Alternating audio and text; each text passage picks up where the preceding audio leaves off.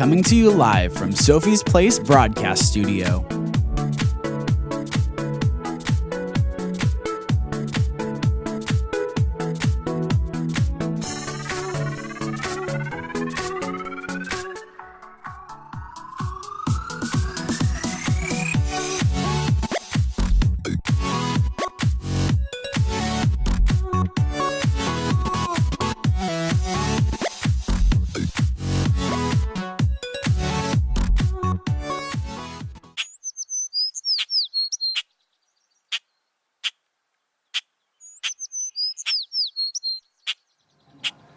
Well, hello and welcome to the Kevin and Kathy show. We're here in the jungles of Costa Rica, live. It's pretty hot here. Mosquito. Oh, thank you. I have my friend Kathy here. And Kathy has a special friend that she wants And to I have introduce. my good friend Aaron, who is a National Geographic explorer. And he's here because he's going to teach us a little bit about butterflies. That's right. It's a pleasure to be here. Thank you. So, are you a butterfly expert? I'd say I'm up there. And what is a butterfly expert called besides a butterfly expert? Do you have a title? Well, I would say entomologist would be the official title. Entomologist. Is that sort of like Entomon's donuts? What's that mean? Can you break that down? What's enta? Is it like enta and then mologist means some other thing, like study of or something like that? Right. In tomos, it has that like nice Latin root in there, meaning like in segments, pieces.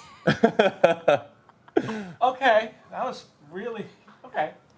I think we got to ask him less boring questions. Do you have any questions? I actually have questions, but let's actually hear a little bit about what Aaron does first. Yeah, well, I study bugs, really, is the gist of it. And do you where do you study them from? Well, I am at UC Berkeley as a PhD student right now. So do all the bugs come to you? Sometimes, we'll raise bugs in our lab, but we'll also go out into jungles. Ooh. Like the one behind us? That's right. Did you take this picture? I did. This was actually in Ecuador and up in the cloud forest. I see the clouds. Ooh. Very lush. Were there a lot of bugs there? There's tons. It's amazing. If you don't like bugs, it might not be your thing, but to someone who studies them, I love it. There's just tons. Now, are there a lot of mosquitoes as well? Yes. So there's Good and bad. There's some bugs and bugs that are cool, right? So Definitely. That must be. You got to take the good with the bad with this job. Exactly. apparently. Exactly. Mm-hmm. Yeah. Cool. Yeah, so let's Enlighten us a bit here. Enlighten us. Well, I figured we could go on a little journey first. You want to come along? Yes. Okay. Let Well, me get my hat. yeah. Get your mosquito repellent. Everything you need. Okay, got it. We're gonna go on kind of a long flight. This one will actually be down to Peru. So if we hop on our flight, then we're down. Ooh. Wow, that was fast. It was really fast. It was nice, right? Well, it takes a little while to get there. Let's see a little bit of the travel. So we See how my first class seat is? totally, yeah, nice. always first class when you Oh. stare at the jet. Yes, yes. So right now we're flying. We're flying Oh. over the rainforest, but we're not done yet. Now we actually have to travel on a boat. Is this a famous river? It is the Tambopata River. So not a famous one like the Nile or the Amazon. Right. It feeds into the big Amazon River, so it's a little part of it. So look. there's us on a Yes, boat. yeah. We're traveling. We got our vests When on. did you put that vest on? I didn't notice. You didn't get a vest? You didn't give me a vest. Oh, uh-oh. Well, look at all those Can you see? birds. Yeah, those are parrots. It's really pretty. You see look at the rainbows. rainbow. Yeah. Are we going over the rainbow? Oh, and then monkeys. Ooh. Oh, yum. that is cool. What is he eating? Looks like Wait, Just a little stick. What's that? what is that? Is that it? crocodile. Not quite. Jaguar. Really? What? Yeah. Did you take this picture? I did, yeah. Oh my No God. There way, he is. really? Look, he just popped out of the river. See, he was going for a little swim. That's awesome. That is very cool. Isn't that cool? And then he's looking at her back. And then, of course, lots of pretty butterflies. Oh my goodness. Yeah. Yeah, so it's beautiful. We're in the rainforest. And we're just surrounded by tons of life. And that's why I love the jungle. Now these pictures. What time of year were you there? I was there in the summer. Okay. And so what we do is we just walk around the rainforest with our equipment, with our nets, and we just go on a hike. And we get really sweaty. Was it really, you really know. hot? Oh, yeah. Gross? Okay. Yeah. But we take lots of pictures, so that's some of the camera equipment that we use. That looks like a heavy camera. It is. But that's how we can take really nice close-up pictures. Are you alone here? I only see you every time Oh, there's a that's picture. cool. Well, you got to give your buddy the camera, right? Nice, look at that. Yeah. So do you recognize all these butterflies? Do you know what they all are? That one's Ed, right? Was that Ed? Fred. Oh, Fred. Close. Ed's brother. Close. Yeah. No, there are thousands of different types of butterflies. And, when you combine all of the animals out there, there's just more types of life than anywhere else on the planet. So, Wow. like for the example, that last one you showed, you didn't recognize what type it was? Well, it can be tricky. Because they look similar to other ones that you might know. Exactly. So I brought a few examples here. Kat, you want to see? Oh, yeah. Go ahead. So what do we have here? Well, what do you notice? I notice a lot of orange A lot and of black Yes. You know what they look like? Something I'm very familiar with, that we have here, actually. and I'm going to, but they don't look exactly. I'm thinking of the monarch butterfly. Uh-huh, the monarch, But which is they- also bright yellow or sort of like orangey The orange with and black black. stripes. Uh-huh. And they all look And yet really none of them similar. maybe this one here looks With like the one the- yeah. I know really well. I don't know if you can see it on the screen because you're holding it low, Sorry. Kathy. Oh my gosh, sorry. I'll just hold it. This one's the one I think looks like the traditional one that I know of, at least from North America. Are there different kinds? So what are these called? Monarchs? These are in the same family as the monarch butterfly, but these are all different types of heliconius butterflies. Oh, I knew that. Totally. I didn't know that. There's a few others that are mimics, and these are what we would call glass wings, because some are transparent and some actually look like the heliconius. But it's a good point. They're all kind of bright and orange. So, Kat, when you've talked about the monarch, what have you talked about? Well, one of the things that we just found out when we were reading about them is that they are actually poisonous. They are. Which actually surprised me. I did not know so that. Many that you run into during your lifetime. That I you know what? taste. I have not eaten a single one. I know, right? If you did, it would probably taste pretty bad. Is there any creature that eats them? Like, Birds. So birds are probably the main predators for a lot of these butterflies. But what will happen is they might eat one, and then they'll get really sick. And then they're like, I don't really want to eat anything that looks like that ever again. So that's why it's in their benefit to look similar to that. That's exactly right. So are any of these poisonous? All of them are. Oh, all of them are. Or they actually might not be poisonous, but they look like their buddy who's poisonous. So they're kind of tricky. So if we had Kathy lick each one. You want me to? Yeah. And find I'll the tell one you that's which one just is. the buddy. And see if Is there only one that's non-poisonous in here? I'm gonna That's say a good yes. science experiment. I like that. Okay, Are they okay. still poisonous at the moment, even though they're They Steady. probably do. What happens is they usually, dry it up? when they're caterpillars, they eat a plant and then they get the poison from that and plant. it stays with them forever. Exactly. So like the monarch, for instance, feeds on milkweed. And if you've ever broken open a milkweed plant, they're kind of like gooey and white sap. And that's also pretty poisonous. Oh, Very cool. that is That is very cool. informative that I had no clue about. Yeah. And Yeah. one of the other things that we learned about with the monarch butterfly is that some of them fly like 2,000 miles, and they some of them live up in Canada, and then they fly all the way down to Mexico, which is really far, considering I don't even like to drive from here to San And Jose. is the reason they're doing that to stay with weather that's of the same temperature range or something like that? Or is Yeah, it because they feel the need to lay eggs somewhere else, or why are they doing that? Probably a little of both. They travel at different times of year. They migrate. And certain times of year, they'll go to warmer places like Mexico about this time of year. And they're just sort of waiting for the weather to clear up everywhere else.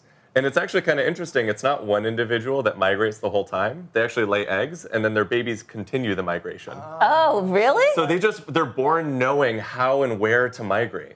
Wow, Which is incredible. So imagine so if you weird. just you didn't need your GPS, you were just born and Right. you're like, I know exactly where I'm going. So how long does a monarch butterfly live? It depends, maybe like a couple months.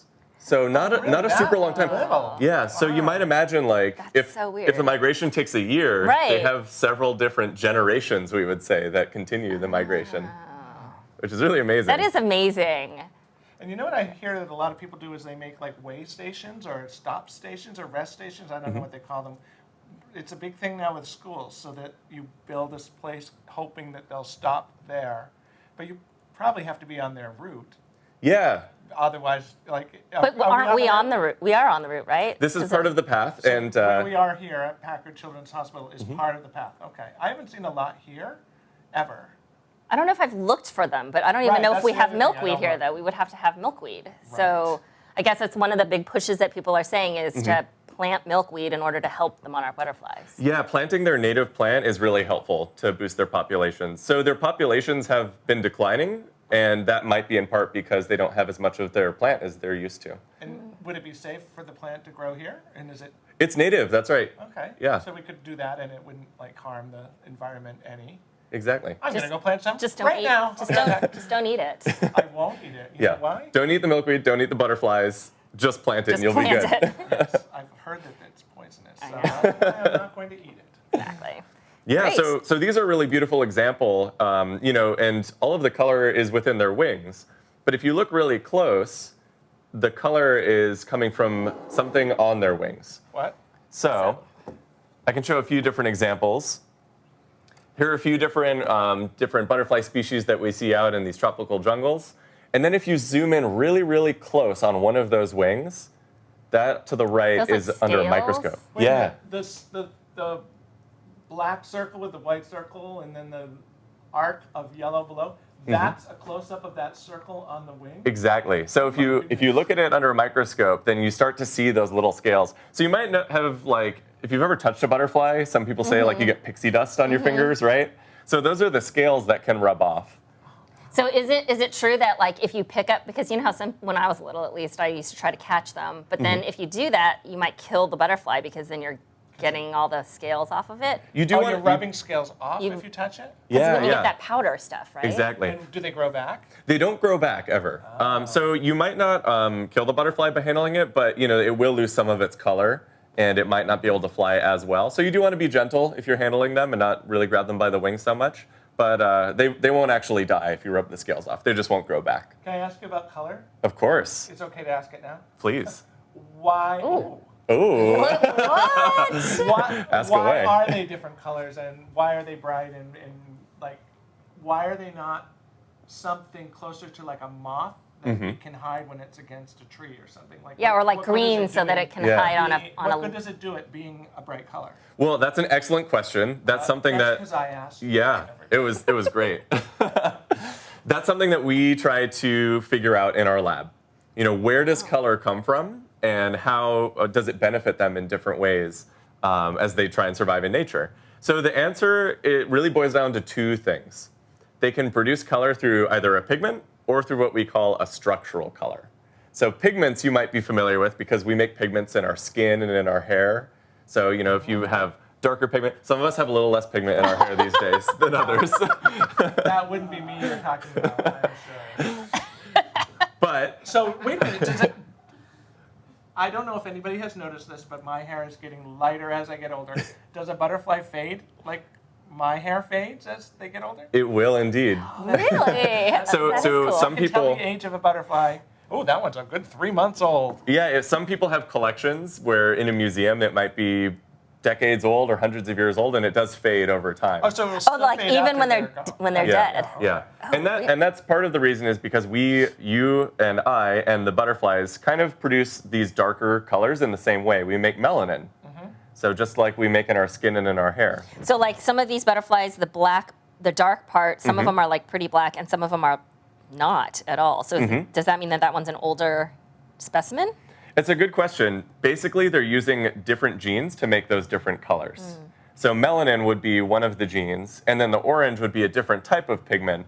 The sciencey term is called an omichrome that makes the orange. So this thing that we're looking here, that we're not looking at, it says pigment versus structural color. Are you saying that the orange and the yellow on the bottom are the pigments and the blues are the structural color? That's exactly right. So if we have our structural color then. So we'll show some examples of structural color. This is just kind of showing our color wheel. So we have these different wavelengths that animals make.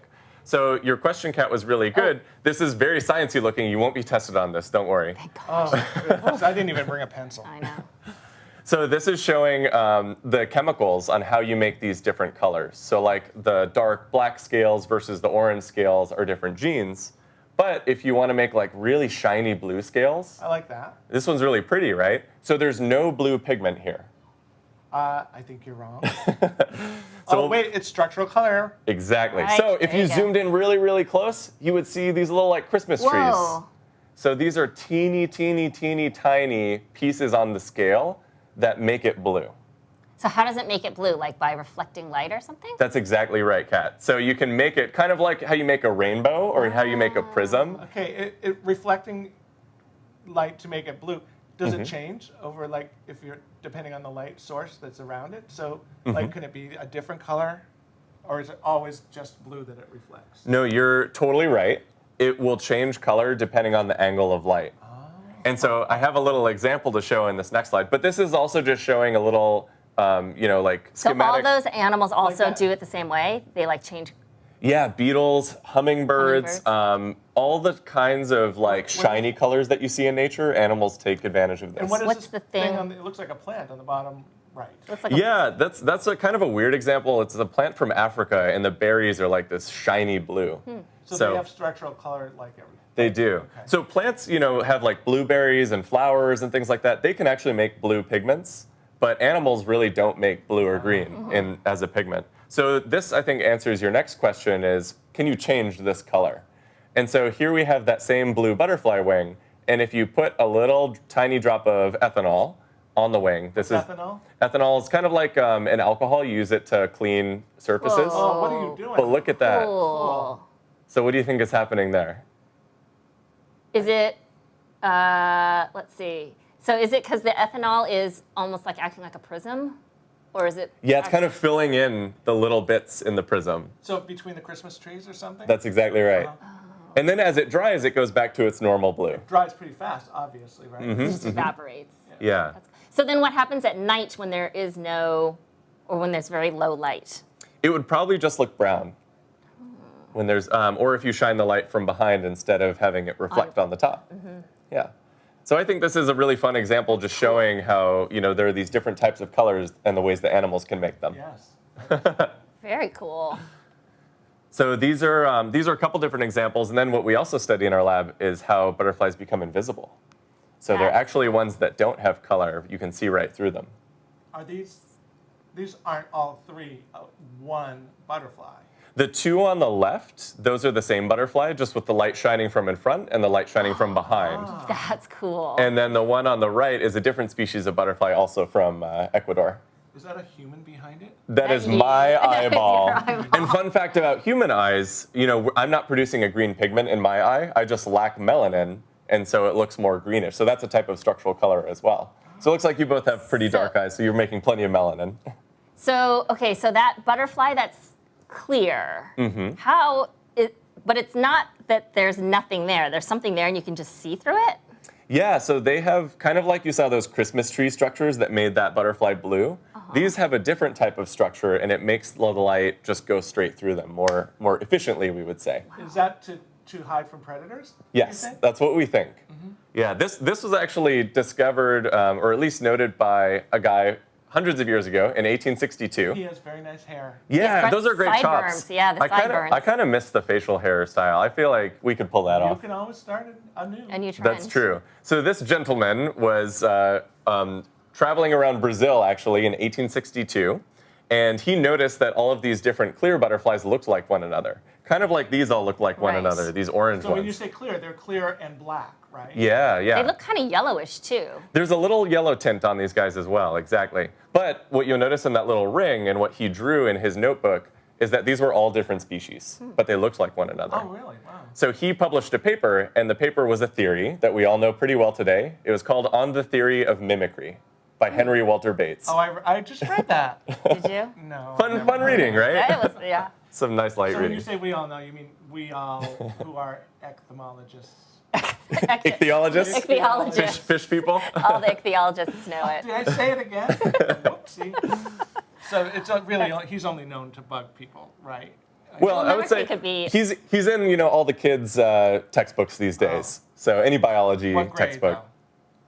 though? Maybe high school. High school. Maybe high school that If would you're not start. in high school, that's why you don't know him. Okay. But you will. I did. You'll come to know. My day, he hadn't been there yet when I was in high school. Right. Because that was before 1862, Yes, right? Exactly. Cool. You've also brought something else to show in a frame. You know, hold these two cups. So what are These these? things are humongous. Yeah, they're big, right? Those look. I don't know if I'm right. Are those moths instead of butterflies? Because they're like fuzzy, like I'm a going to moth. guess Exactly. that it's a pair of Epiphora rectifascia. Oh my goodness. You are a pro. I know. I was going to say that. I know. You That was took tip of your the tongue. word. To get it right out of your mouth. But you're exactly right. These are moths. This is the male and the female. And these are what we call silk moths. They're really big and they're really pretty. And where do you find those living? These occur where, Kat? In Cameroon. Cameroon. How did you Yes. know all this? I just know things. Are they only like on the continent of Africa? Well, there's lots of different species that are related to these, and they'll be in North America. We can actually find them here in there's California some as that are well. Similar, because I've seen smaller versions. I've seen like gypsy moths that kind of look. So you said that these are moths. One of the big questions that a lot of our kids asked us Yeah. is, what is the difference between a moth Oh, I got it. and a butterfly? What's that? Size, obviously. Look, those Size.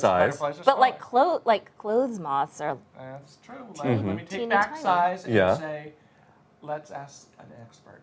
I wish we knew one. Well, I have a couple ideas. Okay. Yeah. Well, if we look close, there are a couple differences, not just size. Their wings are different. But you mentioned fuzzy. What made you say that? Because it looks like little fur between their body and their wings. Their bodies are, first of all, are way bigger, but their body is like, I really want to pet him. Yeah, they look fluffy, right? Yeah. It looks like a bumblebee. I don't know if that's you guys got can fur see Yeah. on the him. top part of it. And do you know, have you also looked at their antenna before? You know how bugs have their little antenna on there? Oh, wait, yeah. And it looks moths, like a leaf. Yeah, moths are Yeah. usually more like fluffy as well. Butterflies have very like thin antenna. So that's a good way to tell them apart. But why do you think their antenna would be different? They're Because they need used- to get different information from their world. Yeah, that's exactly right. I'm going to stop there before I say something That was very general and accurate. Okay.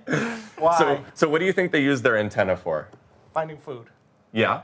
So it's kind of like their way of smelling, right? So okay. they take in little chemicals, kind of like we smell through our noses. And so moths have these really big fluffy antennae because they come out at night too. Butterflies usually only come These out in the guys day. are nocturnal. I don't understand why they would need fluffy. Like, what? Isn't there plenty of stuff out at night just as much as during the day? That's right. But with butterflies, they usually have better vision. So they're actually looking around because they're out in the day. Moths really rely on smells to find one another rather than their vision. So you talked about taste in a way because you said they're looking for food. You talked about their vision. Do they hear? Yes, that's a great question. Not all butterflies hear, but a lot of moths hear. What do you think they're listening out for? Birds and bats. Bats. Bats is the big thing. Bats. These are also really incredible because some moths can stop bats and their sonar. Oh, the echolocation. Yeah, Yeah. I have heard that before. Yeah. So bats will hunt these at night. That's probably their main predator. And so they can actually block their echolocation. That So they is don't get cool. eaten. And then you just started talking about all their senses.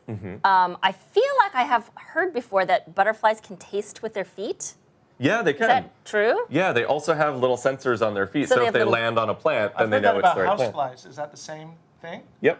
Okay. Yeah. Have you ever seen them land on your food and they're just like dancing around? Well, Yeah, they're Like, doing yeah, a quick touch, dance on my touch, donut. touch. ugh. No, that's exactly right. So why is it that a moth is nocturnal, comes out at night, and a butterfly doesn't? Like, are they just looking for different things that come out at different times? Is that why? That's a good question. We think maybe the earliest ancestor was probably nocturnal. And then butterflies just started to come out during the day. And so then they just, diversified, and now there's all these different butterflies that are all out during the day. And can I ask you about light and moths? Yes, you can. Every time in the summer I turn on my light outside my house, moths come flying all over the place. Yeah. So they're attracted to it. Then why don't they just come out at During the day. That's a great question. Why and don't so they change their ways? yeah, why don't they come out during the day, or why do they even fly to your light in the first place? Seems like a very simple question, right? Nobody knows. No one in the world knows. No one knows. Even the experts have no idea. That is weird. Kathy, Yes. Did you write down today? I asked a question no one in the world even Yeah, knows. No the one answer in to. world. Stumped. I'm the You stumper. stumped him. Stumped the expert. There is maybe one idea. Do you want to hear it? Yes. I am waiting for it. These probably navigate by moonlight a lot of times. So they use it as a So compass. they're viewing my Right. light as the moon. The moon. Whoops. Yeah, Sorry. yeah, but they're Okay. just kind of flying around in circles. So that could be it. Maybe it's a fake moon in their eyes. It's very sad, actually, if you think about it. We've kind of. But once you turn it off, they go on their way and back to their I mean, business. they don't do. They're not like bothersome. They don't bite, right? Right. Do any butterflies or moths bite? There's only one species that I know of, and it's called the vampire moth. Have you been bitten by it? No, unfortunately, I would offer myself if I had the opportunity. Ooh. But I think Where- they're found in where- Africa. They're in Africa. And Yeah. are they poisonous or anything? No, I don't think so. I think they They just just bite. go around and kind of like vampire bats will just kind of like nibble and get a little bit of blood. But they're not very common. Most butterflies are, pretty peaceful. I'm assuming that people are not really on the menu very often because there's easier prey to find for those guys, right? Yeah, pretty much. I think mostly like animals, sometimes livestock. But most butterflies when they're adults, as caterpillars, they want to eat plants. Right. And then as adults, they want to go around and feed on sugar water or nectar, basically. Or blood? Sometimes blood. So this is making me think, how many different kinds of butterflies are there? Do you have any idea? Do people know, or is it just one of those unknown? Well, if you had to guess right now, throw out a number. What do you think is the best guess of how many different butterflies are out there? Let me talk with Kathy. okay. 7? I don't know. 14? He's got. 10,000? 40,000? 170,000? What do you think? Yes. 168,000 species. Of butterflies, moths, or both? Both. Exactly. Yes. I don't know. I would say that there's probably in the range of hundreds of thousands. Yes, that's a great guess. So there's probably, if you put together all the moths and butterflies in the world, it'd probably be around 200,000. Wow, 200,000 that's a different kinds. Different kinds of kinds. species. And the number living of each kind of species just depends on what food sources and stuff like that, right? And have you ever discovered a species? Oh, I think so. Really? it's- Is it called the Aran butterfly? No, actually, but Wait a minute. You found one that no one has ever said, "Oh, look, this is this particular." This one. is the Epiphoric rusticifarian. yes, the answer is I think I found one in Peru, and it's a butterfly that appears to be a new species. And what did you name it? I haven't named it yet. I'm still Do working you on get it. to choose, or is it Is it the Aaron- certain? It's a good rules? question. Scientists do get to name their discoveries. It's a little, there's not a rule, but it's a There's little. nothing wrong with the name Kevin. If you're interested, Kevin Just Cathius. Kevin Cassius. That's pretty Kevin good. Cathius. Cathius? I like it. I like it. Yeah. No, it's there must be a rule to how you're naming them, right? there has to be some rule, and you can name it after yourself, but it's generally frowned upon in the scientific community. Well, then, So you know what? I promise you, if I ever discover a butterfly, I will name it after you. So that's perfect right there. 1 for 1. You guys, I agree. right? So what are you going to name it? Are you working on thinking of a name for it? Yeah, generally you name it after the genus, and then there's a species name. So kind of like there's Homo sapien would be the humans. That would be the genus and species. The genus would probably be Taranthina. Tarantina? Taranthina is the genus. Like Quentin Tarantino. Yeah. Oh, that's pretty good. And then the species would be up to me. And what are you So leaning towards? Taranthina. Well, my mom's maiden name is different than mine. My last name is Pomerantz, but my mom's side is Ford, and I feel like that'd be a little catchier. So maybe like Fordy or something like that. So, but to be determined. Open to suggestions too. There are. Maybe we should take a poll. Well, there are some scientists who actually auction off names these days. So That's kinda cool. if you pay it for it, then you can get your name slapped on there. Right. How much you got? You left your Yes, wallet. you don't have any money. Wait a minute. In my classroom, there's a whole bunch of coins for when we do coin math. They're all yours Perfect. for the name. What's the first name? Kevin. Taranthina. Taranthina Kevinosis. Kevinosis. Cathius. No, you just He swooped you. He totally He did. took your species. if you're because I thought you switched over and that you agreed to name your first butterfly after him, and I haven't agreed to that. All right, fine. That's true. That's true. He undercut you on that Totally one. did. He did. So, do you have one favored butterfly? I do. It's on This the. is our last it's, question. Our We're last out of time. question. It's on the next slide. Do you want to see it? Yeah. Please show us. Here it is, right here. Is that the one you discovered? This isn't the one that I discovered, but it's one of my favorites nevertheless. And it's called the glasswing butterfly. glasswing. As the name implies, you can see right through it. And this was a paper published by researchers at Caltech, and they discovered that they have these little nanostructures, these little teeny tiny dimples on their wings, and they make them anti-reflective. That is So the light just coolest passes thing. right through their wings. Well, awesome. Isn't that cool? So they're actually using it for new technologies now, like adapting it to solar panels or glasses or LEDs. Whenever you don't want light to reflect back, you can be inspired by nature. So really, we should fund science, shouldn't we? We should. Yes. I think it would give help. that money. Well, thank you, Aaron, for coming. Before you go, I do have for you, we had, like I said, a lesson on monarchs. And so we have two, oops. Oh, that Which way was does it good. go? That Yep. was, it's that way, this way. There's two drawings that some students made These for you. are beautiful. Of some butterflies. Fifth grader and a fourth grader. These are beautiful. And Yeah. save the monarch. Excellent message. We do need to Exactly. save the monarchs because they're beautiful and they're important to our environment. And so we should definitely do everything we can to save these beautiful butterflies. Yes, we should. All right. So I have one last question, actually from a student, and it is: have you ever been bitten by anything poisonous?